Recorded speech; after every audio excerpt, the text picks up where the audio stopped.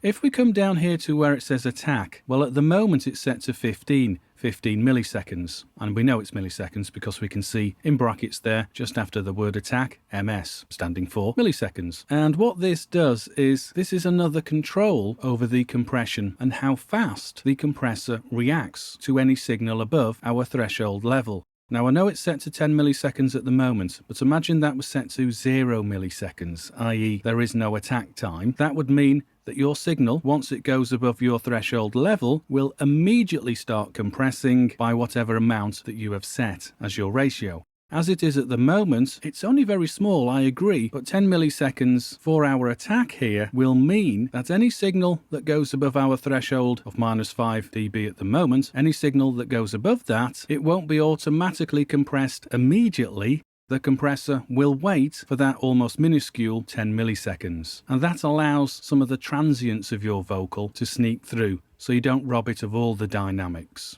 I'm going to leave the release below at 250, and that just means once your signal has been compressing and starts to recede below our threshold level once more, the compression will last for 250 milliseconds, i.e. a quarter of a second. You'll also notice a couple of checkboxes below. We've got auto gain compensation and smooth saturation. Now, looking at auto gain compensation first of all, one of the effects that using compression as an effect has on your audio signal is if you are reducing by compressing the highest peaks in your waveform in your audio file, then as a result, the end result coming out of the compressor will be a slightly quieter audio file, which isn't necessarily what you want. So by checking in here auto gain compensation, if the effect of using the compressor attenuates the overall file level by maybe 1 decibel, i.e. it reduces its output level, then checking in here acts a little bit like normalization in that the overall file level will be raised by that 1 decibel. For the moment, I'll leave it unchecked. I won't check in the smooth saturation either, just for the moment, but as my file is playing I might try it out. And what the smooth saturation does is, just for your top level audio peaks going through your compressor, well, this smooth saturation adds a nice pleasant analog sounding distortion to it, as opposed to a digital distorted sound, which is not what we want.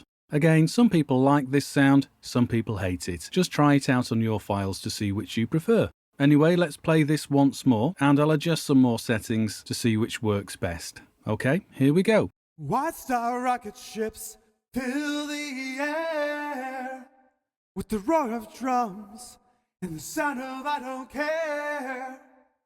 I can just imagine what's going on there, but I cannot fathom. Now, once you are satisfied with your settings, then leave it as it is and click the cross to close. And no matter how much time you've taken adjusting this in terms of listening to it, it's always worthwhile checking it out with the visuals as well. So that's what I'll do. I'll just take it to the beginning, and we're going to listen to it through, remembering of course our individual audio track here for the isolated vocal has got a slight amount of compression added to it, and just as that finishes, I fade in the studio recording. Okay, so let's watch this and listen to it. Here we go. White Star rocket ships fill the air with the roar of drums and the sound of I don't care.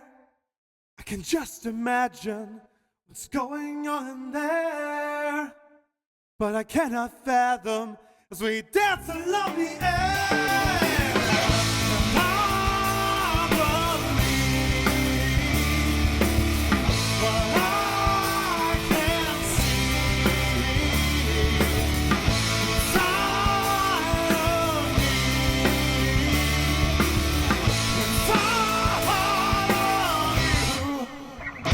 Okay, I think that works well. Certainly in terms of using it as just a short clip for the autobiography section in our final DVD. Right, I'll leave it here then, now that we've had a look at using compression in a little bit more detail.